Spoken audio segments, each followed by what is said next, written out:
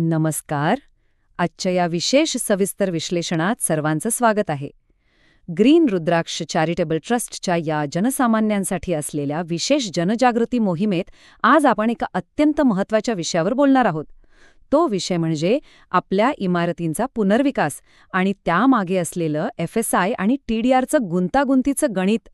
आज आपण हे सगळं अगदी सोप्या भाषेत समजून घेणार आहोत, तेही एका 1000 चौरस मीटरच्या उदाहरणासह. चला तर मग लगेच सुरुवात करूया.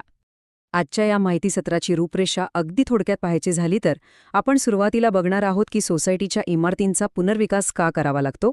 त्यानंतर फ्लोर स्पेस इंडेक्स म्हणजेच FSI म्हणजे नेमकं काय, बेस FSI आणि प्रीमियम FSI मधला फरक काय, आणि सर्वात शेवटी ट्रान्सफरेबल डेव्हलपमेंट राईट्स म्हणजेच TDR आणि त्याची प्रमाणपत्रे कशी काम करतात हे सगळं आपण पाहणार आहोत. वळूया आपल्या पहिल्या भागाकडे, सोसायटीच्या इमारतींचा पुनर्विकास का करावा. आता गणिताच्या आणि नियमांच्या खोलात जाण्यापूर्वी एक साधा प्रश्न पडतो की मुळात जुनी इमारत पाडून नवीन इमारत उभी करण्याची गरजच का भासते. एखाद्या शांततापूर्ण गृहनिर्माण संस्थेला या मोठ्या बदलाला सामोरं जाण्याची प्रेरणा नक्की कुठून मिळते. खरं तर पुनर्विकास हा काही फक्त इमारतीचा रंगरंगोटीचा किंवा दिसण्यापुरता बदल नसतो. तो बऱ्याचशा जुन्या आणि गंभीर समस्या सोडवतो. जसं की इमारत खूप जुनी किंवा जीर्ण झालेली असते जिथे सतत दुरुस्ती काढावी लागते. तसेच वाढत्या गाड्यांसाठी अपुरा पार्किंग, लहान मुलांसाठी खेळायला जागा नसणं किंवा अगदी आणीबाणीच्या वेळी लिफ्ट उपलब्ध नसणं. काही ठिकाणी तर पावसाळ्यात पूर्ण परिसरच पाण्याखाली जातो. आणि अर्थातच कुटुंब जशी मोठी होतात तशी जास्त जागेची आणि अत्याधुनिक सुविधांची जसे की फायर सिस्टीमची गरज वाढते. या सगळ्यांवर उपाय म्हणून पुनर्विकास समोर येतो. तर आता दुसऱ्या आणि अत्यंत महत्त्वाच्या भागाकडे वळूया, फ्लोर स्पेस इंडेक्स म्हणजेच FSI समजून घेणं. अगदी सोप्या भाषेत सांगायचं तर FSI म्हणजे काय. कोणत्याही शहराचे विकास नियंत्रण नियम या FSIचा वापर करतात. एका विशिष्ट भूखंडावर आपण जास्तीत जास्त किती बांधकाम करू शकतो याची कायदेशीर मर्यादा म्हणजे FSI. शहराची रचना आणि लोकसंख्येची घनता संतुलित ठेवण्यासाठी हा नियम अगदी पायाभूत आहे. हे एका साध्या सूत्रात बसवायचं झालं तर FSI आणि आपल्या भूखंडाचे एकूण क्षेत्रफळ यांचा गुणाकार केला की आपल्याला अनुज्ञेय बांधकाम क्षेत्र म्हणजेच एकूण किती बांधकाम उभारता येईल याचा पक्का आकडा मिळतो.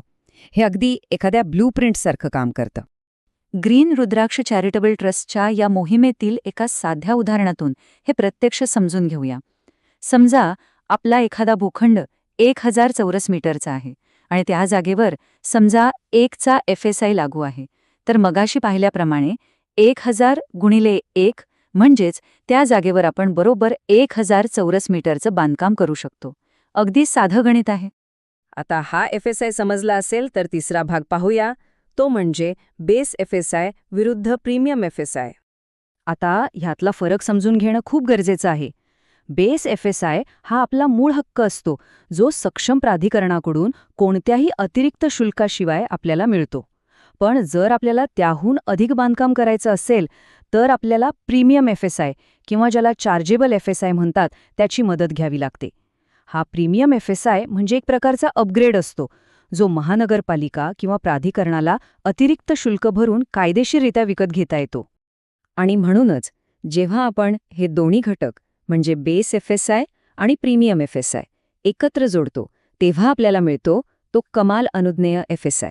म्हणजेच प्रमाणित नियमानुसार आपल्या जागेवर जास्तीत जास्त शेवटच्या मर्यादेपर्यंत किती बांधकाम उभं राहू शकतं हे यातून निश्चित होतं. आता आपण वळूया चौथ्या आणि आधुनिक नगररचनेतील सर्वात रंजक संकल्पनेकडे, ट्रान्सफरेबल डेव्हलपमेंट राईट्स म्हणजेच TDR. TDRला आपण वास्तुविज्ञानातली एक प्रकारची महाशक्ती म्हणू शकतो. ही एक अशी पद्धत आहे जिथे एखाद्या भूखंडाच्या विकासाची क्षमता त्या मूळ जमिनीपासून अक्षरशः वेगळी काढता येते आणि ती क्षमता शहरातील इतर कोणत्याही योग्य ठिकाणी हलवून तिथे नेहमीच्या FSI मर्यादेपेक्षा अधिक बांधकाम करण्यासाठी वापरता येते. आहे की नाही रंजक? इथे एक गोष्ट खूप स्पष्टपणे दिसून येते, ती म्हणजे सार्वजनिक कार्यासाठी किंवा बागेसाठी आरक्षित असलेल्या क्षेत्राकडून हे विकासाचे अधिकार वेगळे कसे होतात आणि ते थेट एका नवीन प्राप्तकर्त्या भूखंडावर कसे वाहून नेले जातात, जणू काही एका जागेची बांधकामाची ताकद दुसऱ्या जागेला मिळतीये. आता हा TDR प्रत्यक्ष व्यवहारात कसा काम करतो ते या 5व्या भागात बघूया. TDR प्रमाणपत्रे कशी काम करतात? ही एक टप्प्याटप्प्याने होणारी प्रक्रिया आहे. समजा एखाद्या मालकाची जमीन रस्त्यासाठी किंवा सार्वजनिक कार्यासाठी आरक्षित आहे. जेव्हा तो मालक ती जमीन मोफत आणि अतिक्रमणमुक्त करून प्राधिकरणाला सुपूर्द करतो, तेव्हा मोबदला म्हणून त्याला डेव्हलपमेंट राईट सर्टिफिकेट किंवा DRC मिळतं. हे प्रमाणपत्र अगदी एखाद्या चलनासारखं किंवा पैशांसारखं काम करतं. तो मालक स्वतःच्या दुसऱ्या जागेवर अतिरिक्त बांधकामासाठी हे वापरू शकतो किंवा बाजारात दुसऱ्या एखाद्या विकासकाला ते विकूही शकतो. या विश्लेषणाच्या शेवटाकडे येताना एका अत्यंत महत्त्वाच्या प्रश्नावर आपण विचार करायला हवा. जर हे विकासाचे अधिकार असे जमिनीपासून वेगळे केले जाऊ शकतात, त्यांचा व्यापार होऊ शकतो आणि शहरात ते चलनासारखे फिरू शकतात, तर या अदृश्य प्रवाहामुळे भविष्यात आपल्या शहरांचं आणि परिसरांचं स्वरूप किती आमूलाग्र बदलेल. नक्कीच शहरीकरणाचं हे FSI आणि TDRचं जाळं समजून घेतल्यानंतर आपल्या आसपास उभ्या राहणाऱ्या टोलेजंगे इमारतींकडे पाहण्याचा आपला दृष्टिकोन नक्कीच बदलेल. आजच्या सविस्तर विश्लेषणात एवढंच. धन्यवाद.